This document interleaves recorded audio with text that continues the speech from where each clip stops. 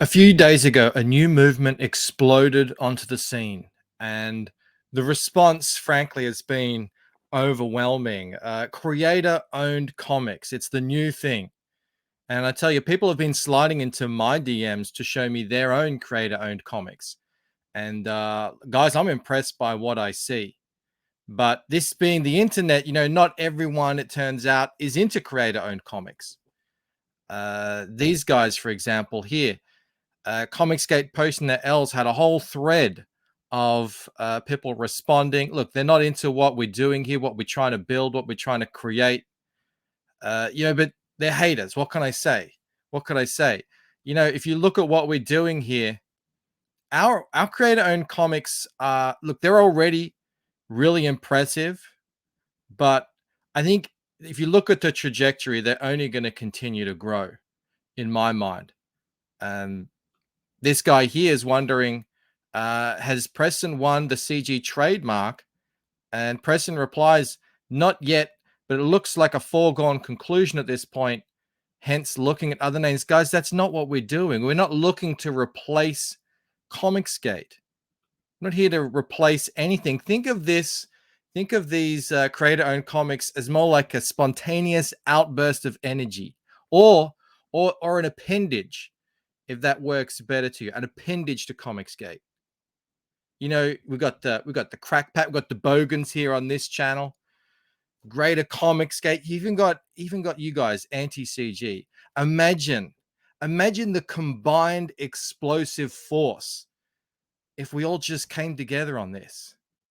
Think of the splash we could make on this scene. This guy here says this is literally what Image Comics was founded on.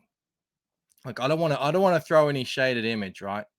But if you look at our own creator-owned comics, on average, they're longer. They're made of stiffer stock.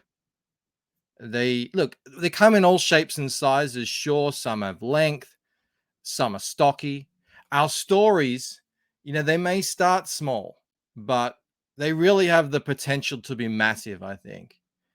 And others, from the first time you get them in your hands, you're just like, you're gobsmacked by how grand, the scale of it. It's crazy. I don't want to throw shade, but no offense, that a lot of the competitions, they're shorter. They're always floppy. You know what I mean? And besides, we're talking about like raw creator-owned comics. No layer of protection in place. With this old way, you're dealing with men in the middle. They get there in the middle. We call these guys creator-owned comics blockers. Ours, we dive in head first. No impediments. We shoot straight for the target. And I mean, I don't want to brag, but we almost always reach our goal. We take a look at CG now. You won't believe what's in these creator-owned comics. It's like a burning fire.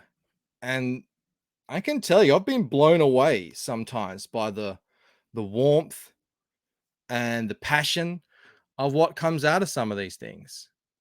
And it's like whenever I get a new creator-owned comic in my hands, I tell you, I swell with pride. I really do. And we've got our base. Think of our base. Think of the base. It's our support structure. It's not a hive mind. Sure, it gets messy down there, tangled even. But look, they got balls, right? That's why we're able to consistently crank out these creator-owned comics at an alarming rate. I'm personally showing mad love to these creator-owned comics once, twice, sometimes 3 times a day. It's probably why I sleep like a baby.